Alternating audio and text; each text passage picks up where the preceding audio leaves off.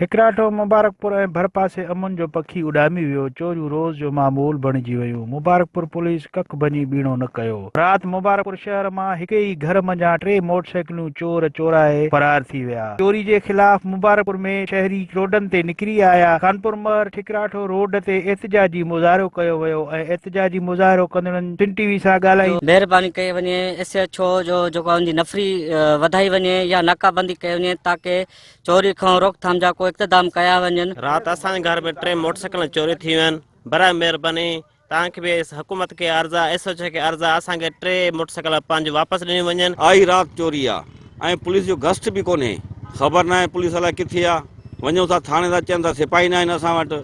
हुकूमत खे ॾे कोन थी या SHO 5 सिपाही नथो वठे। असां त सुम्ही करे सुख जो साहु कोन था खणो, कंहिं न कंहिं घर में चोरी थिए थी। मुज़ाहिरो कंदड़नि SSP सखर, DIG सखर ऐं IG सिंध खां मुतालबो कयो त मुबारकपुर ठकराठो ऐं भरपासे अमन क़ाइमु कयो वञे ऐं SHO मुबारकपुर खे फौरी तौर हटाए असां जूं चोरियूं वापसि कयूं वञनि। ॿी सूरत में असां एहतजाज जो दाइरो पिणु वधाईंदासीं। कैमरामैन बासित महर सां गॾु मजीद महर, सिंध TV न्यूज़ ठकराठो।